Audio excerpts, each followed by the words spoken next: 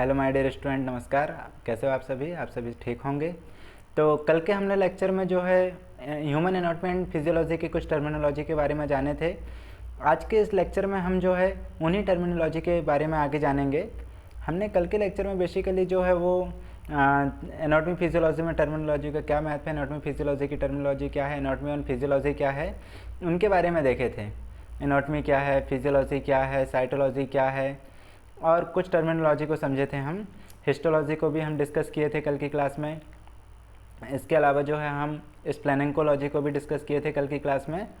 अगर जिसने पिछला लेक्चर नहीं देखे होंगे तो वो सब देखेंगे तो ये सारी चीज़ें उनको क्लियर हो जाएगी। ऑस्टियोलॉजी को भी हम डिस्कस किए थे। उसके अलावा जो है वो हम ऑर्थोलॉजी को भी डिस्कस किए थे। और आज की क्लास हम डिस्कस करने वाले हैं मायोलॉजी। मायोलॉजी क्या होती है? तो स्टडी ऑफ मसल्स। जो हमारी बॉडी है, हमारी बॉडी में मसल्स प्रेजेंट होती हैं। जो मसल्स हमारी बॉडी में प्रेजेंट होती हैं वो मसल्स हमारी बॉडी को कॉन्स्ट्रक्शन, हमारी बॉडी के मूवमेंट के लिए क्या होती हैं? जिम्मेदार होती हैं। हमारी बॉडी में मोर देन 600 से ज़्यादा मसल्स हमारी बॉडी में क्या होती हैं? प्रेजेंट होती हैं, जो हमारी बॉडी के मूवमेंट के लिए क्या होती है? जिम्मेदार होती हैं। वॉलेंट्री कंट्रोल, वॉलेंट्री मूवमेंट और इनवॉलेंट्री मूवमेंट दोनों के लिए क्या होती हैं? जिम्मेदार होती हैं। हमारी बॉडी टू टाइप से मूवमेंट करती है, एक वॉलेंट्री मूवमेंट करती है, एक इनवॉलेंट्री मूवमेंट करती है। वॉलेंट्री मूवमेंट वो मूवमेंट होता है जिसमें कि हमारी बॉडी ऐसे काम करती है जो हमारे अपने कंट्रोल में होता है, और इनवॉलेंट्री मूवमेंट वो होते हैं जो हमारी बॉडी के इंटरनल ऑर्गन जैसे कि हार्ट, हमारा स्टोमक, हमारे इंटेस्टाइन जो मूवमेंट करते हैं वो हमारे इनवॉलेंट्री कंट्रोल में होता है। डायरेक्ट हमारे ब्रेन से उनको सिग्नल सिंपल्स जाते हैं और वो उसके अकॉर्डिंग वर्क करते हैं। हम अपनी इच्छा से उनकी वर्किंग को रोक नहीं सकते हैं। तो मसल्स जो है वो हमारी बॉडी में मेजर 3 टाइप की होती हैं। स्केलेटल मसल्स होती है, स्मूथ मसल्स होती है, कार्डियक मसल्स होती है। स्केलेटल मसल्स क्या है? तो स्केलेटल मसल्स वो मसल्स होती हैं जो हमारी बॉडी के जो स्केलेटल सिस्टम, या मैं बात करूँ बोन्स के चारों तरफ प्रेजेंट होती हैं, बोन के साथ अटैच होती हैं, और जो बोन या हमारे बॉडी को वॉलेंट्री कंट्रोल या वॉलेंट्री मूवमेंट प्रोवाइड करने में हेल्प करती है। हमारी बॉडी इसके थ्रू क्या करती है? वॉलेंट्री मूवमेंट करती है।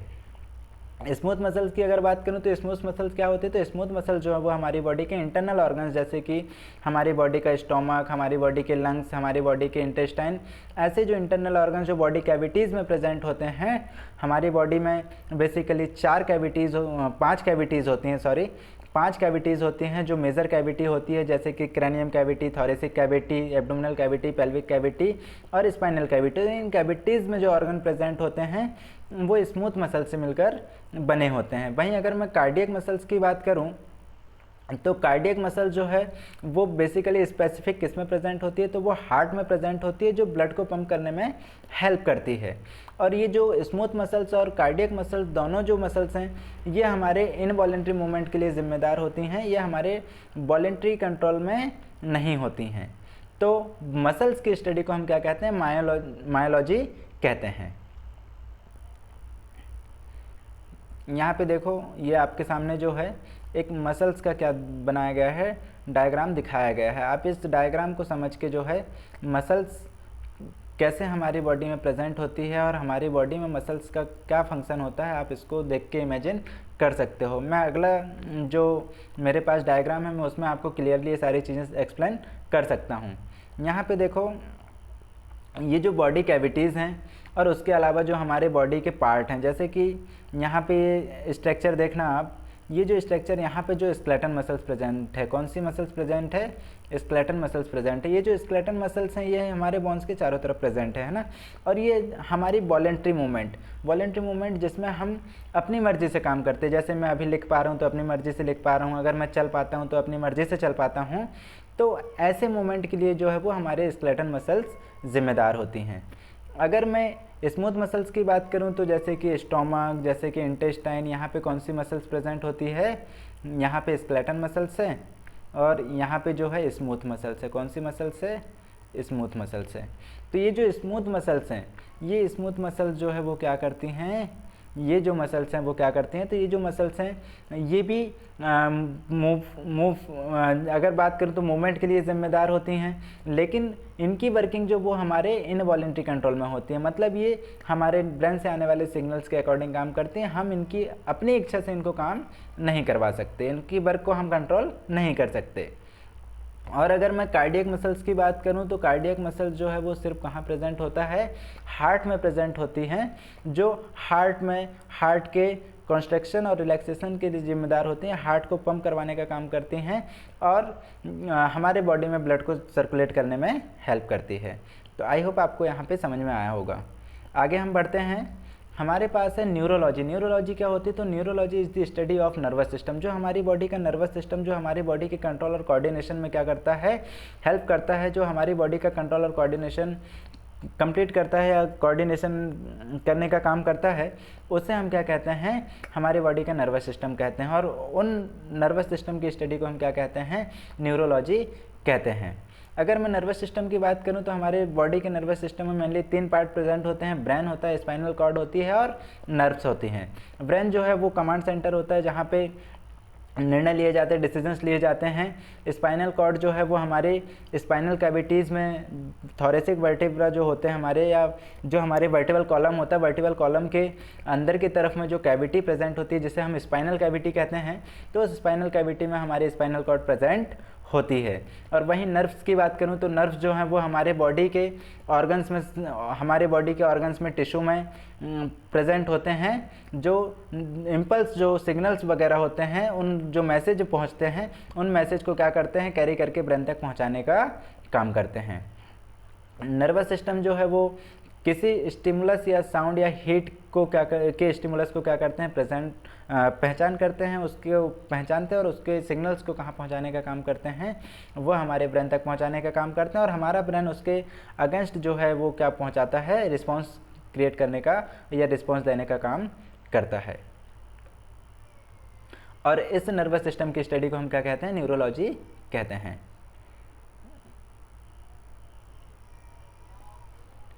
न्यूरोलॉजी, यहाँ पे देखो ये जो हमने ब्रेन का बहुत मस्त डायग्राम हमारे सामने दिखाई दे रहा होगा आपको। यहाँ पे ब्रेन है, यहाँ पे स्पाइनल कॉर्ड है जो ब्रेन से नीचे की तरफ जो है स्पाइनल कैविटी में जाती हुई दिखाई दे रही है। एंडोक्राइनोलॉजी की अगर मैं बात करूं तो एंडोक्राइनोलॉजी क्या है, तो एंडोक्राइनोलॉजी जो है वो study of endocrine gland and hormones, जो एंडोक्राइन ग्लैंड जिन हार्मोन्स का सिक्रेशन करती है उनकी स्टडी, और एंडोक्राइन ग्लैंड की स्टडी क्या कहलाती है, एंडोक्राइनोलॉजी कहलाती है। हार्मोन क्या है, तो हार्मोन्स जो है वो केमिकल सब्सटेंस होते हैं जो हमारे बॉडी के फंक्शन को रेगुलेट करते हैं। फॉर एग्जाम्पल पिट्यूटरी ग्लैंड के बारे में आपने सुना होंगे। पिट्यूटरी ग्लैंड जो है वो हमारे हेड रीजन में प्रेजेंट होती है, जो एथेमॉइड स्फेनॉइड ग्लैंड के पास में प्रेजेंट होती है, जो एकदम स्मॉल ग्लैंड होती है, जो 7 अलग अलग हार्मोन्स का सिक्रेशन करती है, जो अलग अलग हार्मोन्स का सिक्रेशन करती है। और ये जो हार्मोन्स सिक्रेट करती है हमारी पिट्यूटरी ग्लैंड, ये हार्मोन्स हमारी बॉडी के अलग अलग जो एंडोक्राइन ग्लैंड है, जैसे thymus gland, parathyroid gland, thyroid gland, इन हार्मोन्स, इनके द्वारा जो हार्मोन्स सिक्रेट होते हैं, उन हार्मोन्स के सिक्रेशन को क्या करती है, रेगुलेट करती है। ये मेजर कुछ एंडोक्राइन ग्लैंड्स के आपके नाम लिखे हुए हैं, जैसे पिट्यूटरी ग्लैंड जिसे हम मास्टर ग्लैंड भी कहते हैं, thyroid gland, parathyroid gland, adrenal gland, pancreas. ये जो एंडोक्राइन ग्लैंड है जो अलग अलग हार्मोन्स के सिक्रेशन करती हैं, और इन ग्लैंड्स और इनके द्वारा सिक्रेट होने वाले हार्मोन्स की जो स्टडी है वो क्या कहलाती है, एंडोक्राइनोलॉजी कहलाती है। ये जो ग्लैंड्स होती हैं अपने हार्मोन्स को क्या करती हैं, डायरेक्टली ब्लड स्ट्रीम में सिक्रेट करती हैं, और ये हार्मोन्स जो है हमारी बॉडी की ग्रोथ, मेटाबॉलिज्म, रिप्रोडक्शन और स्ट्रेस रिस्पॉन्स को क्या करते हैं, मेंटेन करने का काम करते हैं। तो हार्मोन्स और एंडोक्राइन ग्लैंड्स की स्टडी क्या कहलाती है, तो उसे हम एंडोक्राइनोलॉजी कहते हैं।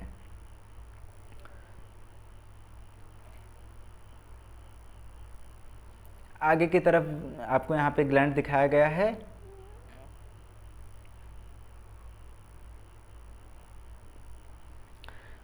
ओडेंटोलॉजी, ओडेंटोलॉजी क्या है, तो ओडेंटोलॉजी की अगर मैं बात करूं तो स्टडी ऑफ टीथ, जो हमारे टीथ होते हैं जो अलग अलग टाइप के होते हैं, जो भोजन को चबाने के लिए क्या होते हैं, रिस्पॉन्सिबल होते हैं या हेल्प करते हैं, भोजन को चबाने में हेल्प करते हैं, उसको छोटे छोटे बारीक बारीक टुकड़ों में कट करने में हेल्प करते हैं, तो उसे क्या कहते हैं, हम टीथ कहते हैं, जो टीथ हमारे माउथ कैविटी में प्रेजेंट होते हैं। ये जो टीथ हैं ये फूड को क्या करते हैं, च्युइंग करने का काम करते हैं, चबाने का काम करते हैं।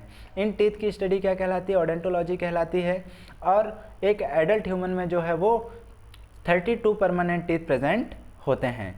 अगर मैं टाइप की बात करूं तो हमारे जो माउथ कैविटी है उसमें जो है 4 टाइप के टीथ प्रेजेंट होते हैं, जैसे कि incisor teeth, canine teeth, premolar और मोलर।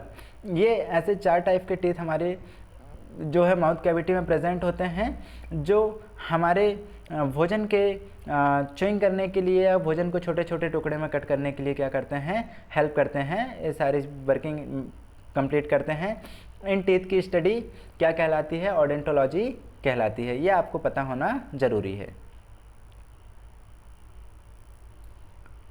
ऑप्थेल्मोलॉजी की अगर मैं बात करूं तो ऑप्थेल्मोलॉजी क्या है, तो ऑप्थेल्मोलॉजी जो है हमारे आई और आई के द्वारा जो हम देखने की हमारी आई की क्षमता है, उसकी जो विज़न या आई जो है उसकी स्टडी क्या कहलाती है, ऑप्थेल्मोलॉजी कहलाती है।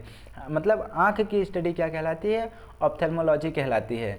आँख जो है वो हमारे बॉडी का एक स्पेशल इम्पॉर्टेंट सेंसरी ऑर्गन है, जो हम जो सामने की तरफ किसी इमेज को हमारी दिखाने का काम करता है, या किसी इमेज को क्रिएट करके उसको हमें दिखाता है। ये सेंस करके जो लेंस है उसके थ्रू क्या है, इमेज को क्रिएट करता है और वही इमेज हमको दिखाई देती है।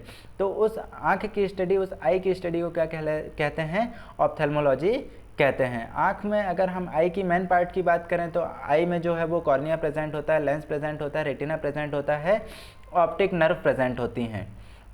जब लाइट जो है वो कॉर्निया के थ्रू हमारी आँख में एंटर करती है तो वो कहाँ पहुँचती है, लेंस में पहुँचती है।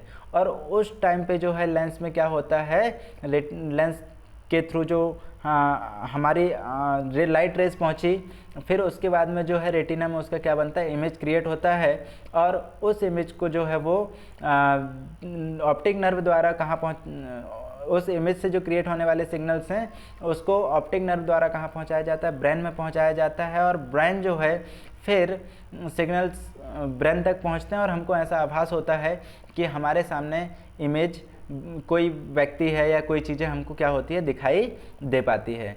तो ये भी जो है स्टडी ऑफ आई क्या कहलाती है, ऑप्थेल्मोलॉजी कहलाती है।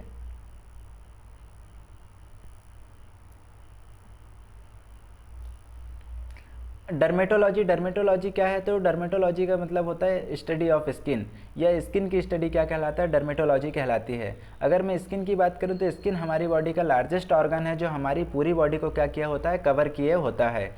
आप की जो बॉडी है वो चारों तरफ से किससे कवर हुई है, स्किन से कवर हुई है। और हमारी बॉडी का सबसे लार्जेस्ट ऑर्गन कौन सा होता है, स्किन होती है।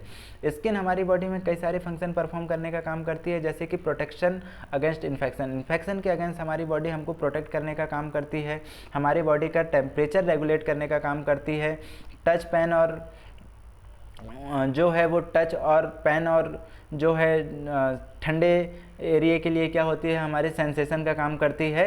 और विटामिन डी का प्रोडक्शन करने का काम भी जो है वो हमारी स्किन करती है। स्किन की अगर मैं लेयर की बात करूं तो स्किन में मेनली 3 लेयर प्रेजेंट होती हैं, एपिडर्मिस, डर्मिस और हाइपोडर्मिस। जो 3 लेयर से मिलकर हमारी स्किन क्या होती है, बनी होती है। और स्किन की स्टडी क्या कहलाती है, तो डर्मेटोलॉजी कहलाती है।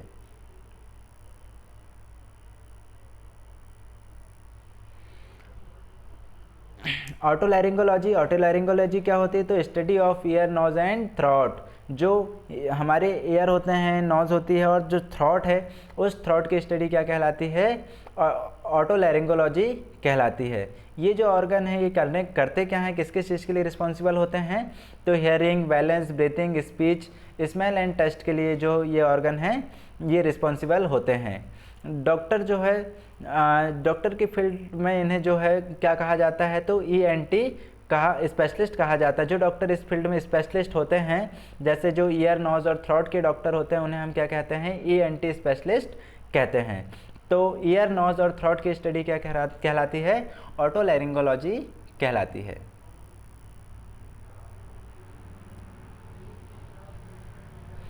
यूरोलॉजी की अगर मैं बात करूं तो स्टडी ऑफ यूरिनरी सिस्टम। जो हमारी बॉडी में वेस्ट प्रोडक्ट बनता है, यूरिन पास आउट करते हैं, यूरिन पास आउट होता है, उसकी स्टडी क्या कहलाती है, यूरोनोलॉजी कहलाती है। यूरिनरी सिस्टम जो है वो वेस्ट प्रोडक्ट को ब्लड स्ट्रीम से क्या करके फिल्टर करने का काम करता है यूरिन के फॉर्म में, जो हमारी बॉडी से हम उसको रिमूव कर देते हैं। अगर मैं यूरिनरी सिस्टम के मेन पार्ट की बात करूं, मेन ऑर्गन्स की बात करूं, तो किडनी, यूरेटर्स, यूरिनरी ब्लैडर और यूरेथ्रा जो हैं वो यूरिनरी सिस्टम के मेन ऑर्गन्स होते हैं। यूरिन जो पास आउट है वो कब किस कंडीशन में कैसे बनता है, तो हमारी जो ब्लड है, ब्लड में जो है हमारी बॉडी में एनी टाइम सेल्स में मेटाबॉलिक रिएक्शंस चलती रहती है। मेटाबॉलिक रिएक्शंस के फलस्वरूप जो है वो वेस्ट प्रोडक्ट बनते हैं जो ब्लड स्ट्रीम में पहुंचते हैं। ब्लड स्ट्रीम में पहुंचने वाले इन वेस्ट प्रोडक्ट को हमारी बॉडी की किडनीज क्या होती है, फिल्टर करती है, और फिल्टर करने के बाद उसे कहाँ, यूरिन के फॉर्म में क्या कर देती है, किडनी से फिल्टर होने के बाद वो जो है वो यूरिन के फॉर्म में हमारे यूरिनरी ब्लैडर में जाके स्टोर हो जाते हैं और यूरेथ्रा के थ्रू फिर क्या हो जाते हैं, पास आउट हो जाते हैं। और ये सारी वर्किंग की स्टडी क्या कहलाती है, ये यूरिनरी सिस्टम की स्टडी क्या कहलाती है, यूरोलॉजी कहलाती है। गैस्ट्रोएंटेरोलॉजी की अगर मैं बात करूं तो gastroenterology study of digestive system. अगर मैं बात करूं हमारी बॉडी के डाइजेस्टिव सिस्टम, मतलब हमने जो फूड खाए, जो खाना हमने खाए, तो वो हमने माउथ कैविटी में चबाए, माउथ कैविटी में चबाने के बाद वो जो है वो इसोफेगस से होते हुए हमारे कहाँ पहुँचा, स्टोमक में पहुँचा। स्टोमक में पहुँचने के बाद वहाँ पे HCl आके मिला, HCl आके मिलने के बाद वहाँ पे वो छोटे छोटे टुकड़ों में टूटने लगा। उसके बाद वह जो फूड है वो आगे कहाँ पहुँचा, वो हमारे इंटेस्टाइन में पहुंचा, स्मॉल इंटेस्टाइन में पहुंचा। स्मॉल इंटेस्टाइन में पहुंचने के बाद वहाँ पे गैस्ट्रिक जूस आके मिले। अब वहाँ पे जो हमने भोजन खाए वो हमारे माउथ कैविटी से क्या होना, डाइजेस्ट होना स्टार्ट हुआ। उसके छोटे छोटे टुकड़े कट होना स्टार्ट हुए, टुकड़े में टूटना स्टार्ट हुआ। उसके बाद हमारा स्टोमक में जाने के बाद और छोटे फॉर्म में कट हुआ, टूटा। उसके बाद इंटेस्टाइन में पहुँचने के बाद और स्मॉलेस्ट फॉर्म में टूटा। उसके बाद वहाँ पर जो है न्यूट्रिएंट्स क्या हुए, एब्जॉर्ब हुए। तो ये जो सारी चीज़ों, जो डाइजेस्टिव सिस्टम है जिसमें भोजन को क्या किया जाता है, डाइजेस्ट किया जाता है, उसकी स्टडी क्या कहलाता है, उसकी स्टडी जो है गैस्ट्रोएंटेरोलॉजी के अंतर्गत किया जाता है। मतलब हमारी बॉडी का जो डाइजेस्टिव सिस्टम है, अगर मैं इसके मेन ऑर्गन्स की बात करूं तो जिसमें mouth, oesophagus, stomach, large intestine, small intestine, liver, pancreas, जो इसके सपोर्टिव ऑर्गन्स भी होते हैं, लीवर और पैंक्रियाज, तो इन ऑर्गन्स की स्टडी क्या कहलाती है, गैस्ट्रोएंटेरोलॉजी कहलाती है। मतलब हमारी बॉडी का जो डाइजेस्टिव सिस्टम है उसकी स्टडी क्या कहलाएगी, गैस्ट्रोएंटेरोलॉजी कहलाएगी। ठीक है, आगे बढ़ते हैं हम। नेफ्रोलॉजी, नेफ्रोलॉजी का मतलब क्या है, तो nephrology study of kidney function. मतलब हमारी बॉडी, जैसे मैंने अब आपको बताया कि हमारी बॉडी में यूरिनरी सिस्टम होता है। अब यूरिनरी सिस्टम का मेन पार्ट जो मैं अगर बताऊं आपको तो वो क्या होता है, मेन ऑर्गन क्या होता है, वो होती है किडनी, जो क्या करती है, यूरिन को फिल्टर करने का काम करती है। और उस किडनी के अंदर में जो है वो लाखों के अमाउंट में क्या प्रेजेंट होते हैं, नेफ्रॉन्स प्रेजेंट होते हैं। ये जो नेफ्रॉन होते हैं या फिर जो नेफ्रॉन होते हैं वो क्या वर्किंग करते हैं, तो वो नेफ्रॉन जो है वो ब्लड को फिल्टर करने का काम करते हैं। तो हमारे किडनी की जो है वो फंक्शनल यूनिट क्या होती है, नेफ्रॉन होती है। और हमारे किडनी के इस फंक्शंस की स्टडी को हम क्या कहते हैं, नेफ्रोलॉजी कहते हैं। मतलब हमारी किडनी जो है यूरिन फिल्टर करने का काम कर रही है, ब्लड को फिल्टर करने का काम कर रही है, ब्लड से यूरिन को रिमूव करने का काम कर रही है। और इस किडनी के इस फंक्शन को हम क्या कहते हैं, नेफ्रोलॉजी कहते हैं। किडनी क्या क्या करने के लिए रिस्पॉन्सिबल होती है, तो फिल्टरिंग ब्लड को फिल्टर करती है, यूरिन का प्रोडक्शन करती है, मेंटेन वाटर बैलेंस, हमारी बॉडी में वाटर के बैलेंस को मेंटेन करती है, और इलेक्ट्रोलाइट लेवल को क्या करती है, कंट्रोल करने का काम करती है। अगर किडनी फेल हो जाए, किडनी में स्टोन हो जाए या इन्फेक्शन हो जाए, तो उस कंडीशन में जो है वो हम किडनी की क्या करते हैं, वर्किंग की स्टडी करते हैं, किडनी फंक्शन की स्टडी करते हैं। और उसे हम क्या कहते हैं, किसके अंतर्गत करते हैं उसकी स्टडी, तो नेफ्रोलॉजी के अंतर्गत करते हैं। या मतलब जो हमारी किडनी के फंक्शन है उसकी स्टडी क्या कहलाती है, नेफ्रोलॉजी कहलाती है। तो आज के लिए हमारे पास बस इतने ही इम्पॉर्टेंट टर्मिनोलॉजी थी एनाटॉमी एंड फिजियोलॉजी के क्लास में। आगे जो है वो हम कुछ हमारे बॉडी के टर्मिनोलॉजी के बारे में डिस्कस करेंगे। तो आज की क्लास हमारी यहाँ पे ख़त्म होती है। अगली क्लास में जो है वो हम हमारी बॉडी के जो लिए इम्पॉर्टेंट टर्मिनोलॉजी यूज़ किया जाता है, हम उनके बारे में बात करेंगे, जो हमारी बॉडी के एक्सिस, प्लेन और हमारी बॉडी के अलग अलग हिस्सों को शो करती है। तो हम उन टर्मिनोलॉजी के बारे में स्टडी करेंगे। तो हम मिलते हैं अगले नेक्स्ट वीडियो में। आज के लिए धन्यवाद।